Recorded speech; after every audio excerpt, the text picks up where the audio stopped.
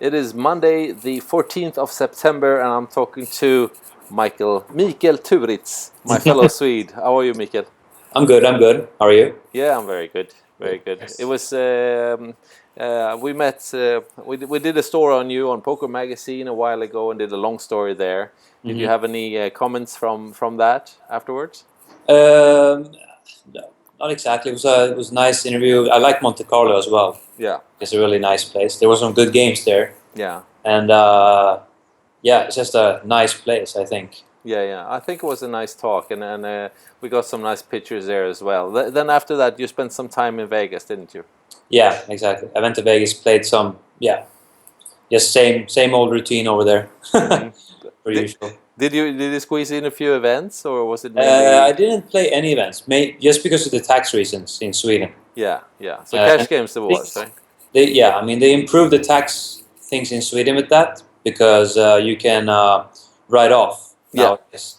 But if you're like me and mostly play cash games, and then you're gonna play some tournaments, you don't have enough time to write them off anyway. So it's not gonna be plus EV. No. I understand. So how was your summer? Did you enjoy it? Yeah, I enjoyed it. There was a lot of people I met there. A lot of poker players that I play with online and live as well. So that was really fun. Yeah, I know you've been playing. I mean, a lot of you've been traveling. You've been a lot in Macau playing live games, mostly there. Also some online. Now I've seen you online a bit. Have you played a lot online last month and a half? Yeah, last months I played quite a bit, or like not when I was in Vegas, obviously, but before then and here. So I'm actually on a little bit of a bad run right now. Are you? Yeah, for sure.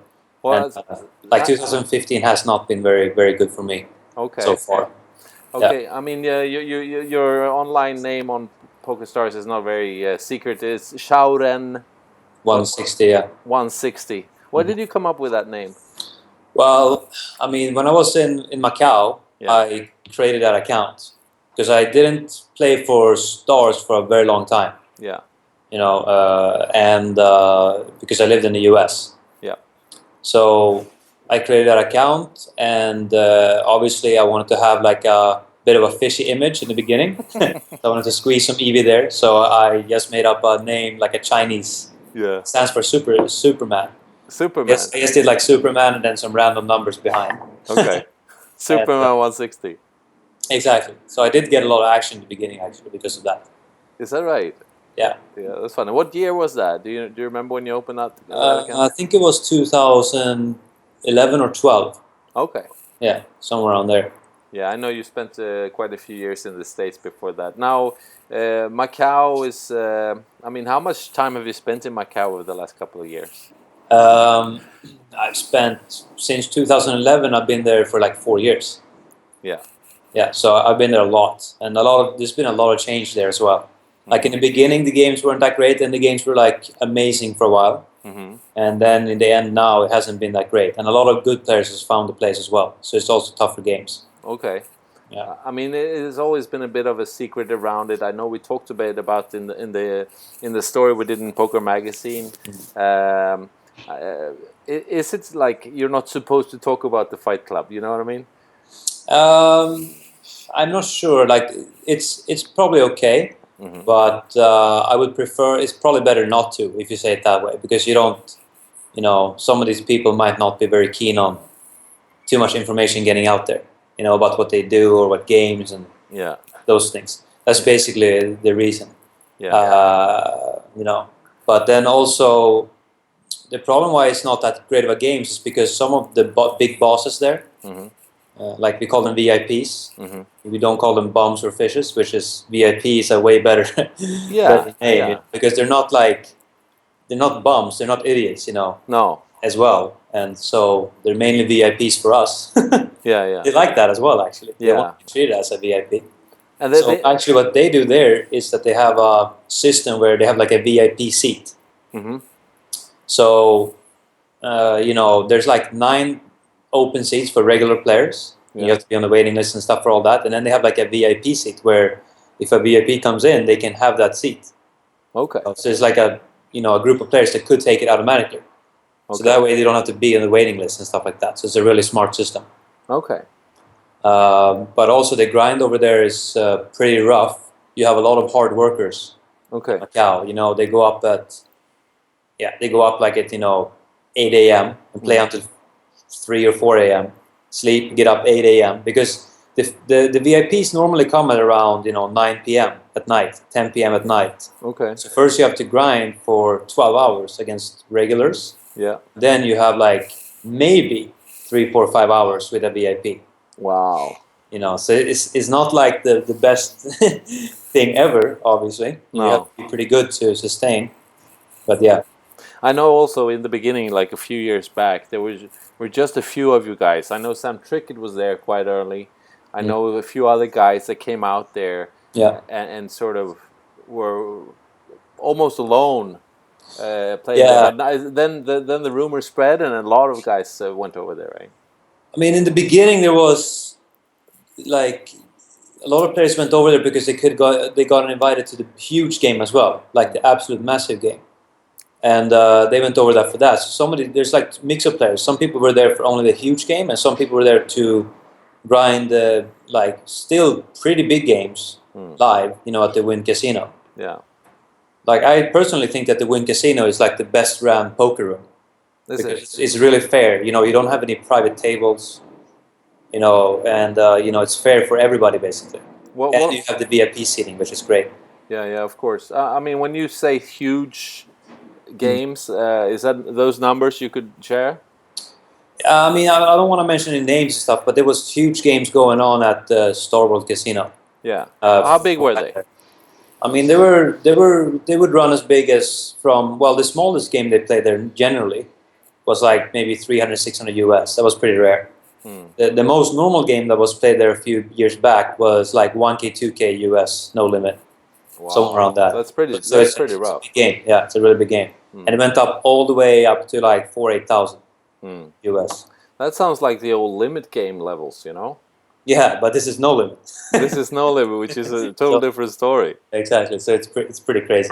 Yeah. Okay. Interesting. That's a whole story around that. I know we talked about it before. It's very, very interesting because it hasn't been talked about that much. Yeah. Let's hear more about that some other time too, Mikael. Sure. Yeah, sure. There's also the online world. You said 2015 haven't been that nice. Where do you play these days? You play quite a lot of Zoom, right? Yeah, I'm trying to get better at PLO right now because I think that's like a game that's becoming more and more popular, and this Zoom thing is a genius idea. Of course. And also I think really like PLO is more swingy, so it's also more fun for all the VIPs. Yeah. If you think about it, like it's way better. Like if you take no limit, like you can have like an insane edge on a VIP. Yeah. In no limit hold'em. Yeah. And so I actually think that PLO is a better game for that aspect as well. And also PLO is a really fun game, ring game, I think, like six-handed. Yeah.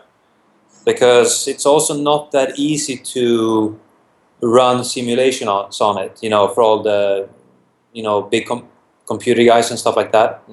It's not like the easiest game to just run simulations on. I'm with these hands I do this, with these hands I do this, that sort of stuff. It's also easier to do in heads-up PLO compared to 6-max PLO. It's easy to run simulations like that. Because so you kind of got to like think a bit more with your your poker skills in 6-max PLO, I think, actually. Yeah, it comes down to talent and brain power more than technique.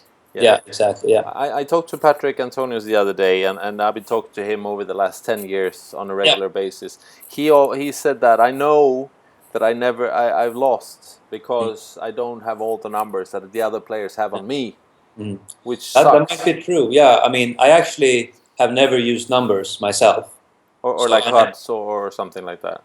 No, like basically what I do sometimes is that I record all my hands, and then I like. One time every few weeks, I go into Hold'em Manager and look it up, basically. Yeah. Or if I have a big heads-up session with somebody with a lot of hands, I would go into it afterwards and check because I just don't understand. Like I don't. Most I think during all those years that I played, like I played poker for 13 years online. Yeah. Like I gotten so used to think differently. Like for me, it's more important. Like would he really bluff me here when my range looks like this. You know, that's the kind of thinkingness I'm into, more or less, or depending on the player. Yeah. More so than the actual numbers. Like sometimes I wouldn't bluff with, let's say in Omaha, like the bluff face. Yeah. Like where other GTO players would always do it. You know, because because I have to with this hand, because this is like, they might think, oh, this is one of the few bluffs I could ever have. Yeah. And then they will bluff, which is actually true. But in some situations, you just know this certain kind of player is going to calm me down because he knows I'm too likely to have the bluff ace. Yeah. You know, or he's gonna think that I'm too likely to have the bluff ace. Yeah. So it also depends on the player, in my opinion. Yeah, and I think sometimes when you use those HUDs and programs too much, eventually you're gonna miss out on what's really going on. You're looking at the numbers and the yeah, that's true. I mean, that also depends on how good the player is at using the holder manager as well. Yeah. Because it's like a combo there where you can be really good at that and the other aspect of the game. You know, some people are really good at both. Yeah, I know. I talked quite a lot with Isoldrone. You know, Leonordin. Yeah, and he's a great Omaha player, and he gives a lot of credit to the possibility to learn from these programs. I mean, he's also a good player. He proved it live exactly. and so on. You know, you can do both basically. Like in the future, I will need to do it because the thing is that if you play Zoom, you just get a shitload of hands on people. Yeah. So you need to be aware of what other people are thinking about you. Like for instance, if I would know that one player in the pool only uses, he's a GTO player, only goes for stats. Yeah. Or I mean, that's not purely GTO, because in GTO you look more on what buffs I could have, those kind of things. Yeah. Like, but if I know somebody is extremely stat oriented, I would need to know what my own stats looks like against him. Because then you know what he will do to your action. Yeah, exactly. So, and I think a lot of people that use stats are going to miss out on that too, because they will never go on that level, I'm sure. Like they will never go on the level where they're going to think that I'm going to look at my stats and think about what he's going to think about the stats he has on me at this point in time. You know, as well. So then it comes to a different level where you just, you know, you can go on that level against these people as well. Yeah. Yeah, really. Yeah, I know. For a while, I mean, a lot of people say this guy is the best, and I know also that you know that you are pretty good no limit hold'em player. Where would you rank, and mixed game player as well? Where would you rank yourself when it comes to Omaha? In Omaha, I don't even know. Like in ring game, I really don't have any clue. Like I'm really just getting into ring game more and more. But I think I'm improving really fast actually the last weeks. Yeah. And then I couldn't even rank myself right now because I don't even know too much about the opponents. You know. Do you recognize or do you see that some of the players like Odd Dodson, for example, or maybe Sauce or some guys like that, you can see that they are extremely good. Can you see that? Sure. Yeah. I mean, it's. I don't think I have a big enough. Like I played some heads up with Sauce actually a few months ago before Vegas. We played like a session where we played No Limit and PLO heads up, and he was really tough in that field for sure in both games. You know, we went over some hands. That was really fun actually. Do you know him? Yeah, slightly. Yeah. And Odd Dodson I haven't played with much. We played some ring game. Like now with the Zoom stuff, he's obviously very good. Yeah. Like I think there's like 10 players in the Zoom pool that are extremely good. Yeah. Futek is one. Yeah, I mean, there's like a lot of good players, and like it's actually pretty tough because there's gonna be like, let's say a VIP joins in the pool. Once again? A VIP joins the pool in Zoom. Yeah. So let's say you have like 25, 50 or something, and a VIP joins, and then you have 10 other really good players. Yeah. And then you have one VIP playing one table instead of you playing 4. Yeah. You know, so all of a sudden it's like you're playing. Yeah, it comes down to. It's like you're playing 39 regulars and 1 VIP. Yeah. You know what I mean? Yeah. So it's like, so it's actually not that easy, you know. So you actually have to get an edge on the other pros if you're gonna win a lot in Zoom. But it's a great idea. Like this thing with having usual normal tables is pretty stupid. When you think about it, like Zoom is so much smarter. You don't have any waiting lists. You know, it's better for the VIPs too because it goes so fast. Yeah, I They know. don't want to sit around and wait, obviously. No, I remember when I think Full Tilt was first with Rush Poker. Yeah. Yeah, and when that came through, it was like, of course, it's genius. And also, I remember hearing about the numbers because the Rush Poker rake numbers that they made were silly. Yeah, yeah. It goes bam, bam, bam, bam, like that. I actually know some stuff about that because Martin de Kniff, one of the founder of Metric Gaming, by the way, which is getting up there. Yeah. He actually sold in that software to Full Tilt, Rush Poker, from the beginning, because he was asked a favor from a friend, so he was one of the guys who actually promoted it. But it was, the numbers are insane. But the funny thing is that in the beginning they weren't very keen on having it. I know. They were like, "Oh, it might be too complex, blah blah." It's not even complex, No. It's a great idea. Yeah. It's an amazing idea. Why would you sit around and wait? It's like when you have an amusement park and you have these long lines. People stand there for hours instead of inventing some system that they tell you when to stand in line.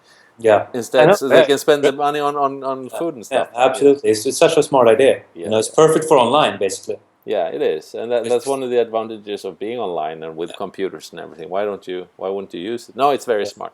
Yeah, yeah. So probably that's gonna. It's even one of the events during WCOOP right now was a Zoom event. Oh, there is. There was one. I tried to play it, but nah. That's pretty cool, actually. It is fun, and it's very specific to play tournament Zoom. Yeah.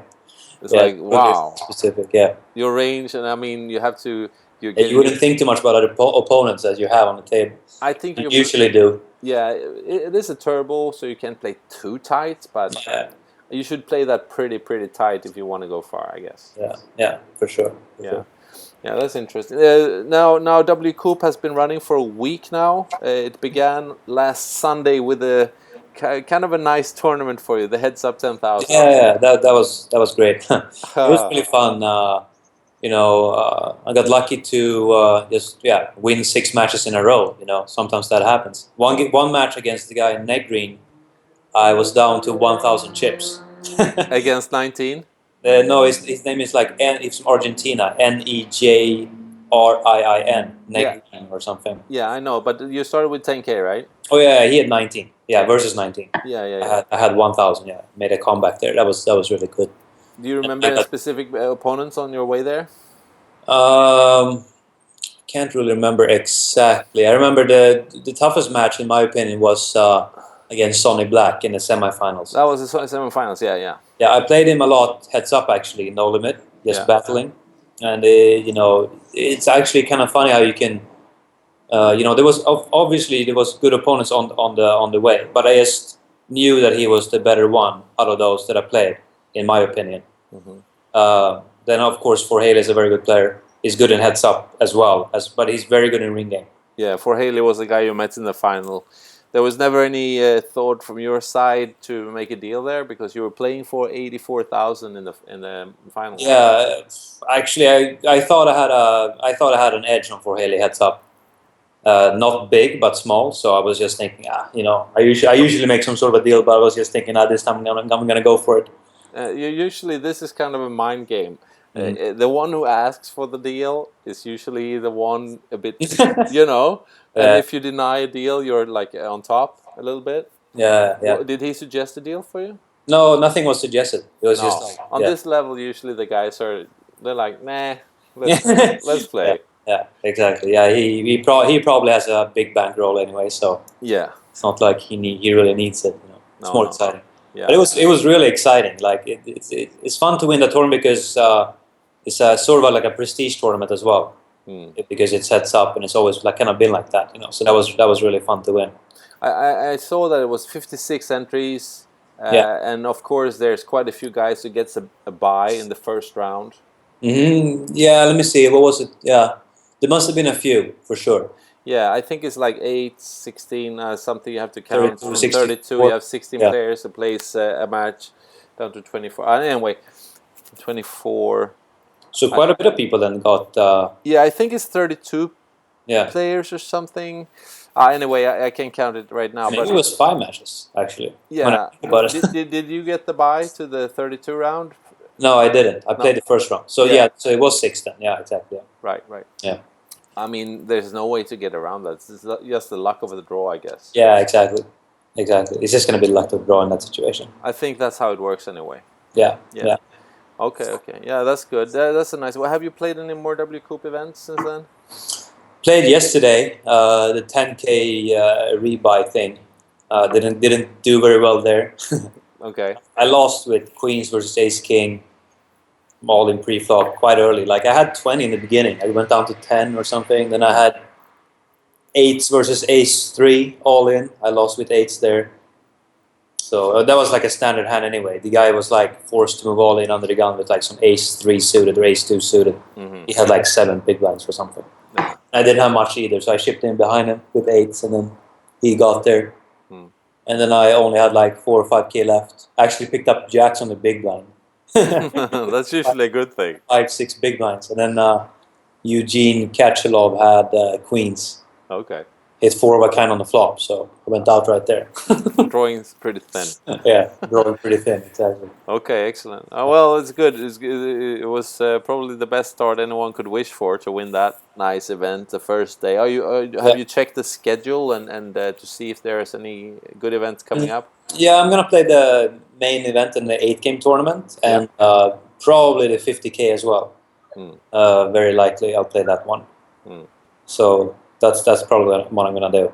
Yeah. And I play these 3 events. Okay, that's nice. Yeah. I mean, it's great with these online like WCOOP and Scoop, I think, because all the different kinds of games are offered there, like Stud High Low and 8-game and Raz and even Badoogie in 2 days. Yeah. And you like the mixed games, but you're not going to play those?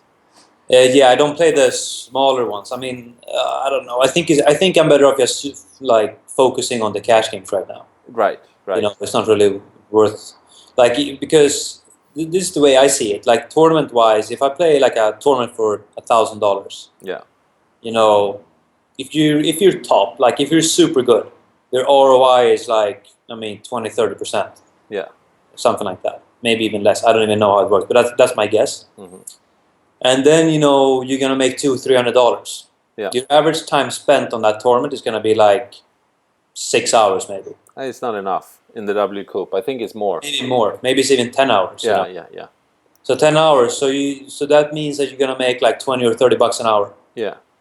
On average, and it's just gonna take up focus for me on the side. Yeah.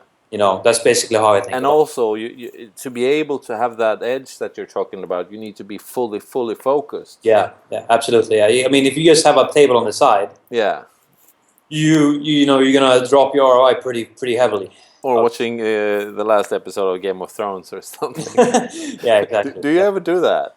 No, I don't. Like, I very rarely. Like, I listen to music maybe 1% of my playing time. Yeah. Or watch anything like on the side. It's very rare that I do that because I think. I mean, this is just my opinion. I know a lot of people who listen to music while they play. Yeah. I think it's going to be a distraction, because something is happening on the side that you're obviously aware of it in some way, and that's going to somehow might sway you to one way or another when you're making a decision. Yeah. At some point or another. Right. So I try to cut out the things that are nice, just because it's nice, and try to kind of focus on the game instead. That's good. I mean, there's also things outside playing poker. Are you involved in sports betting at all? Yeah, I do quite a bit of sports, actually. I just got involved with a company called sportmarket.com. And they have like a great idea where they put together all big sites, for sports betting. So you have like SBO Bet, Pinnacle Sports, you have ISN, Betfair, Matchbook. You have all these sites that they made like a sort of like a pool of those. Okay. And so when you go into Sport Market, you're gonna see all the odds from these sites. Yeah. And so where can you get the best price? So let's say you want to bet on soccer, like Manchester United against some team, like Arsenal or whatever, and then you say, SBO Bet is 2.02, and Pinnacle is 2.04. And maybe SBO is 2.06. Yeah. So instead of just going from site to site, you just go in on sportmarket.com and you can like be like, oh, I want to have 2.06, and then you can bet through Sportmarket because Sportmarket has their agents to all those sites. For me, it sounds pretty crazy that no one else came up with this before. Yeah, there's been like people who has tried to, but the thing is like Sportmarket has great friendship and like partnership with all these sites, and it takes time to build that up. Like they have huge, contracts with them basically, or not. They have like huge credit lines, so you can have all these players betting, through Sportmarket on these sites because of the partnership they have with all these sites. I see. It's a pretty tough thing to pull together, if you say it that way. I guess it's needed to have all the companies understanding that they're going to lose some bets because they have a smaller odds, but then at the same time in the next match maybe they are higher and will get the player. Exactly. So they know that they are about level, right? The big sports betting companies, they're obviously extremely smart. Yeah. So they know that the way they make money is by having as big turnover as possible. Right. So because they're getting bets on both sides anyway, back and forth. Yeah. So the bigger turnover they have, the better it is for them. Yeah. So they're obviously very happy with this because this basically, if you look at sites like, I don't want to mention any sites, but if you look at some other sites that are very popular for the public, especially in Sweden, yeah, they're not going to have as good odds as you get on Sportmarket because Sportmarket is using the most fair sites really. Yeah. Like Pinnacle, SBOBet, ISN, IBC. You have all these sites. They actually have the best odds in the world on everything, on almost everything. Whereas you have sites to, like Unibet, Bet365, some sites like that. They don't have as good odds as this because they're basically just aiming for the public. I see. And if you win huge on these sites, they actually shut you off as well. I know. Doesn't that happen on the big ones? Yeah, like if you look at pinnaclesports.com, they actually advertise on their site that winning players are welcome here. We're only looking for turnover, basically. They don't shut off players because they're winning. They have the same rules for winnings as for losing players. Yeah, but that is. It's very fair. Yeah, it's very fair. It is. Is Betfair there as well among those? Thing with I have a story about Betfair, but whatever. Betfair, they have a market, so they take they take 2%. Like if you're a new customer with Betfair, they take 5% if you win. So basically, the effective rate will be 2.5%. Yeah. Because you win half and you lose half times, you win half of the times. Yeah. So the effective rate will be half, obviously. Yeah. So they take 5%. If you play a lot on Betfair, they take 2%. Okay. So you get down there. So if you bet through Sportmarket on Betfair, you get the best rate, 2%. Okay. You get the same rate, lines and everything. Okay. Good thing with Sportmarket is that some people might think, oh, but how do they make money? Maybe they take a VIG or something. Maybe they take money for the service, and they don't. But what they do is like the sites offer them a small percentage back on a turnover. Right. They get like 0.25%. Yeah, something really small. So it costs nothing for the players, which is great. Sounds good. I mean, they're like an agent. Yeah, exactly. Betfair are funny though. They I remember one bet I made long, like 2010, long time ago. Made a bet on a golf guy, and he was in 100 to 1 odds actually. So he won because me and a friend, another professional sports bettor from Sweden, we made a bet. So I had like 20% of the bet, and he had 80 because we bet through my account on Betfair. Okay. So we bet, and we won. So actually we won like 500,000 US. Really? So 100K of that was my money. Yeah. That was great and all. And then about a few months later, I go into my account and look because I'm like, oh, what the fuck? I feel like some money is missing. There's like 100K missing. So I go in on my account, and then I see that on the history it says premium charge $98,500 on the account. So I'm like, what the hell is this? So I emailed someone at Betfair. Yeah. And they say, oh, didn't you receive the email a few months ago? This is called premium charge. Basically, the people who has gotten most lucky percentage-wise the last few months or month, we charge with premium charge. You know, so basic, yeah, like complete gangsters basically. That is gangster. That is insane, you know. Like they're already taking 2% rake. Yeah, on which they should be happy with. On the 500K. Yeah, that's 10,000 for you know. And then so I was like, I was emailing saying, how could you ever think this is fair? And then they're saying something like, oh, you know, we provide the economy with being able to bet and like stuff like that, you know. Didn't realize there's 5 other ways you can bet on this golf thing, you know. It's ridiculous. Yeah. Absolutely crazy, you know. Okay. Hopefully they are better these days, huh? Yeah, I hope so. Yeah, I mean, I'm sure they are. I'm not sure what they did with the premium charge. Yeah, I guess that's the same. You know, that's Now, if you do that today, I think you won't get away with it, so to speak. It was different a few years back. Yeah, one good thing about that was that, well, not one good thing about it, but a few years earlier than that, like 1 year earlier, I was playing on Betfair, and I had like a lot of tables open.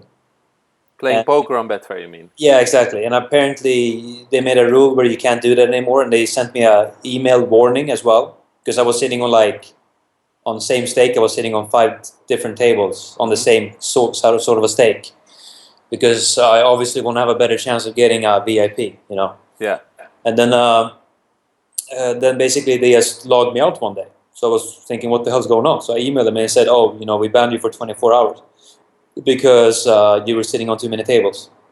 So I was like, oh shit. But then I emailed them, I was like, I'm sitting at a sit and go, $10,000 sit and go, heads up, waiting for somebody. Yeah. You have to log me out, you know. And obviously when I log back on, somebody has noticed that I got logged out. Yeah. But I was still on registered. So somebody, I know who it is, don't want to mention any names, but somebody took $10,000 from me there. Really? Yeah. And you went in there and just hit the button. Yeah, so I emailed Betfair saying, this is your responsibility because you just logged me out without me having a chance to do it. And they never followed up on it. So when this happened with the golf guy, I sent them a really angry email, you know, about that. Yeah. And they actually sent me back the 10,000. Did they really? They did that. So that was actually one good thing about. So I have to give them credit for that at least. Okay. But the premium charge thing is obviously ridiculous. Yeah. But when I mean, how long has it been around? Is it like getting started in specific ways now, sport market, or has it been around for a while? It's been around for a while. You know, but it's starting to people are starting to realize, and also sports betting is getting bigger right now. It's like booming market. Really? So they're getting bigger, and I think people are starting to realize more that there's a lot of sites you can bet on. And, you know, if you can get 5-6 cents better on the dollar that you bet every time, you're going to make a lot of money in the end. You know. Yeah, for sure. It's also, I guess, possible to find a lot of interesting bets there, I guess. I mean, can you find anything you're looking for, or do you need to know what you're looking for? Yeah, you can find, like, basically, it kind of looks like it's very easy to scroll through. You know, it's very easy, it's very user-friendly. Okay. It's very easy to just go in and check what it is. You got to create an account to be able to get the software, and the software you log in just through the web page, so it's very easy. So you don't, does it cost anything? No, like basically they never charge the customer any money. Like if you go into sportmarket.com, you're gonna see that it costs. Oh, if you have a turnover of less than 10,000 euros per month, or US per month, that's the turnover. So that's, you know, whatever, you can bet like $500. What is it, 20 times or something? Yeah. Or less, like maybe $100, like a lot of times. Then you know, you don't pay anything. Okay. But if you have under that, there's like a charge that you have to pay, which I think is pretty small. Because the thing for them is that if you're a customer that don't turn around enough money, where like let's say you bet like 10 euros per bet. Yeah. If you don't make enough of those bets, like support wise and everything, the sport market make a very small amount of money. Yeah. Per customer. Yeah. So because the sites are paying them such a small amount for it. Yeah. So if you turn over less than you know, a certain amount, you have to pay like a price, which I think is Let me just check really quick here. It's pretty small. I think it's like $30 or something per month. Something like that. Yeah, but it's a very small amount. But actually, they have never charged any customer. Really? No, so they're very customer friendly. Okay. Obviously. Okay, so sportmarket.com. We need to check it out. And yeah, for sure. And I also know there's a lot of Swedes that are now getting more interested in, let's say, American football, which is quite difficult. Well, you can find it, but I guess here is a good place to go, right? Yeah, it's the same. It's the same there. It's exactly the same system for that as well. But they have all the big sports basically. Yeah. Yeah. So that's basically how it works with that right now. Which sport is? Do you favor soccer, football? Depends. Like right now, I favor playing on soccer. Yeah, I like betting on soccer. I like baseball as well. It's really fun. That's funny. It's quite different. Yeah. How do you get to know about baseball? I know it's a fun game to bet on. It's like, I think the big problem with baseball is that there's, in soccer you have, or in football, in soccer you have a lot of different sites providing it, so the lines get tighter. Yeah. Saying, if you have teams that are exactly equal, you might end up getting, almost even money. You get like 1.97. Yeah. Both sides. Whereas in baseball, you would get like 195 because there's not enough competition. So Pinnacle Sports have, like, for instance, a line that's not as tight with baseball because there's not enough competition from other sides. So they also don't want to lay out too good odds because they have nothing to compare to. Right. So then they might have been losing in the end, on all the players. Yeah, I see. Yeah, so that's kind of how it works. Okay. Yeah, it's interesting with all this terminology also with, you start with -1 and minus 0.25 and all that. Wow. All the handicaps. You get used to it though pretty fast. Yeah, of course. Sport betting is like a project I have on the side that I do. Yeah. With poker as well. Would you say you're up on sports betting in 2015? 15, I would say I'm up smallish, not too big. I was actually up a lot, and then I went on a big downswing in the end. Okay. So I'm winning small. So you're a better sports bettor than poker player in 2015 then? So far, money-wise. Sure. That's absolutely 100% sure. Yeah. Okay, that sounds good, Mikael. We should stop here, I think, and I mean, it's always nice to talk, and there's a lot of different stories to talk about, and maybe we can have another talk further down the road. Absolutely, that sounds good. Are you planning to go to Berlin, for example? I might go there. I'm not sure yet, actually. Yeah. It's like a 50-50 for me right now. So something like that. Yeah. Yeah, and then you're probably gonna head off to the east, right? Yes. Yeah. Have you set a date for that, or? What's that? Do you know when you're gonna be in Macau? I will probably go there in about a month, but I'm not sure. So, somewhere around there. Yeah. Okay. Life is pretty open. Yeah. Besides losing someone poker, are you happy with life? Yes. Me and my partner Liz, we're doing really, really well. So that's really fun. Yeah. It's great. That sounds good. Well done. Yeah. That's good. She's a nice girl. I think that's important too, to found the right woman in your life. Wow. So I think that some players might have problems with that, because I think some girls might not actually realize really what poker is, because Liz, she realizes that it's more or less like a job, obviously, and it requires even more focus than a normal job. You're gonna end up playing more hours than people do in a normal job. Yeah. Because you're on your own. Yeah. You gotta make up your own rules. Like, it's not like you can just slack around. You're not gonna make anything. So it normally goes the other direction, where you almost work way more than on a normal job. No. I think it's important for women to realize that it's a good game, and not think that it's just some fun thing that you're doing on the side, sort of thing. No, I think it's a really important, interesting question, because I mean, it can look glamorous and it can look fun, the places you go and maybe the money you make and so on, but that you sometimes just have to say, she has to understand that you cannot talk right now. Yeah. And you can't have a girl going, I need you to talk to me right now. It doesn't work. No. And if she doesn't understand that, it's not... It's the same thing as, like, let's say someone has a normal job. Mm-hmm. You know, let's say someone is working at a bank in the registrar or something. Yeah. And then the girlfriend comes and say, "Oh, you have to talk to me right now." Yeah. Oh, then the customer is right there. It's like, Yeah. Are you crazy? Yeah. This does not work. Yeah. No, Yeah. So I think it's a sort of a realization that you have to realize that you need to have even more focus on this thing. Like you know, because all you have in this work is your mind and how you're thinking about things. So there are some tips for girls maybe dating a male poker player. Yeah. Now, do you have any tips for a poker player to be able to date a girl then? I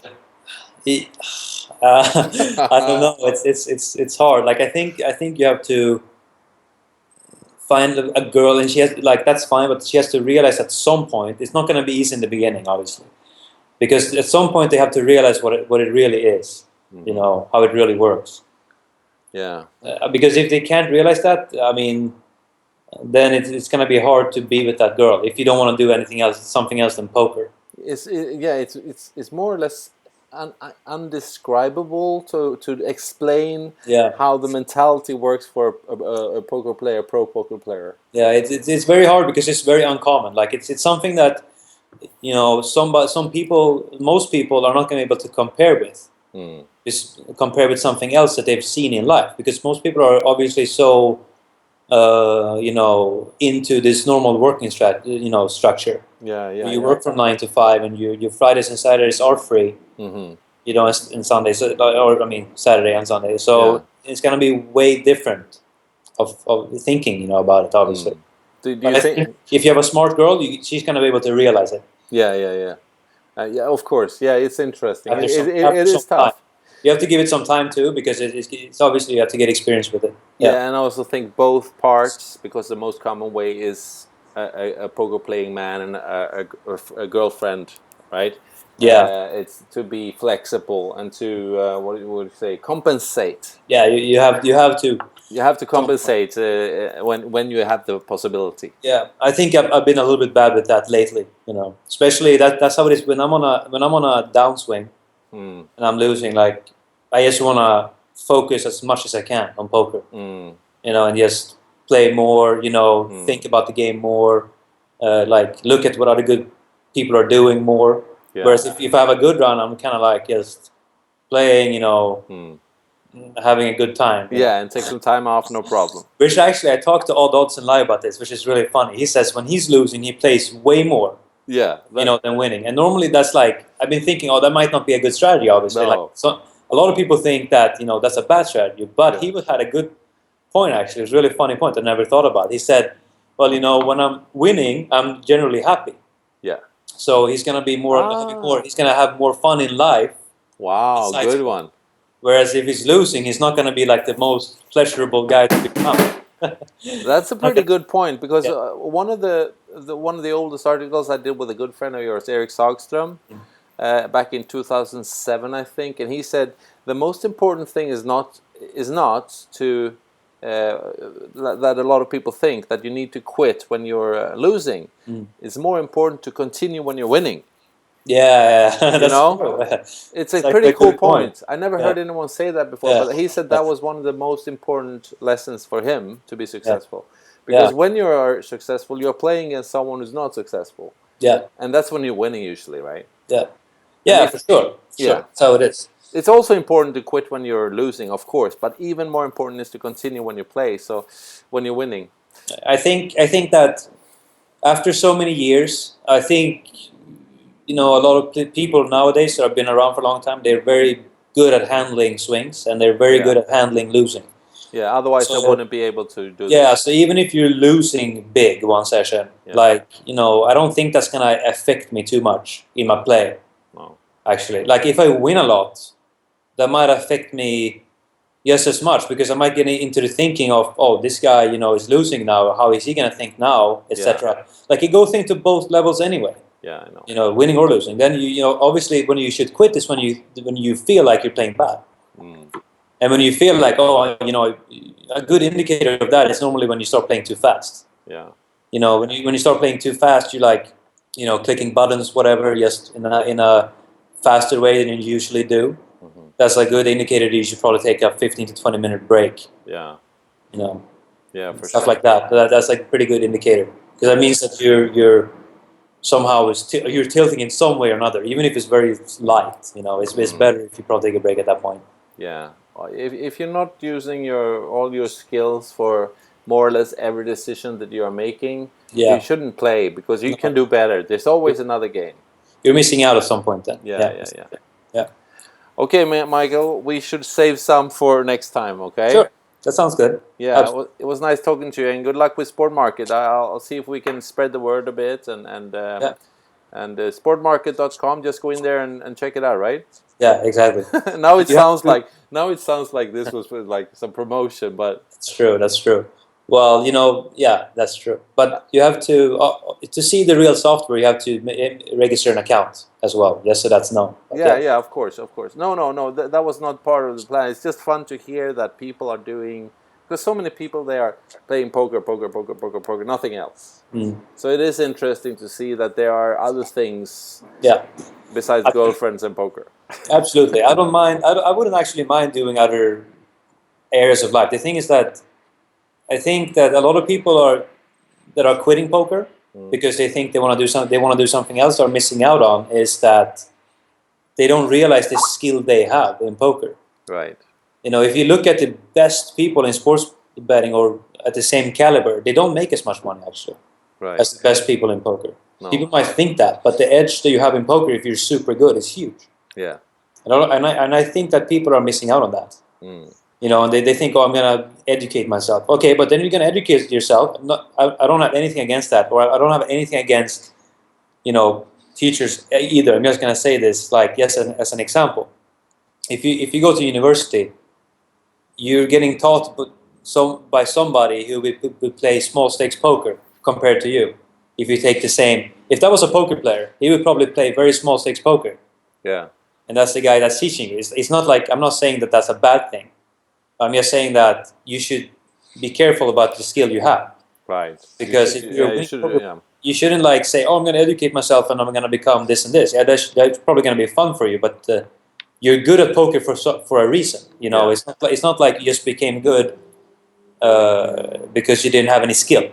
You know, I've been thinking about. I've been trying to do some journalism outside this little poker world as well, and I know I could do it. But at the same time, I would drop all my 10 years of experience in this world. That's what I mean. Yeah, why would you drop it out? Like it's something you built up and that you're great at. Yeah. So it's like I don't see the points with that. You know, really. No. Too much.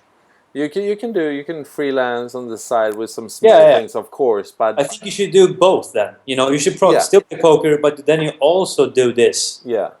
You know, with the stock exchange or whatever. Exactly. And if you excel at that as well, then you can make a decision. I'm gonna give up poker. I do way better in this. Yeah. You know, and of course, if you hate poker, you should probably quit. Regardless, if you truly hate this shit, I know. Exactly.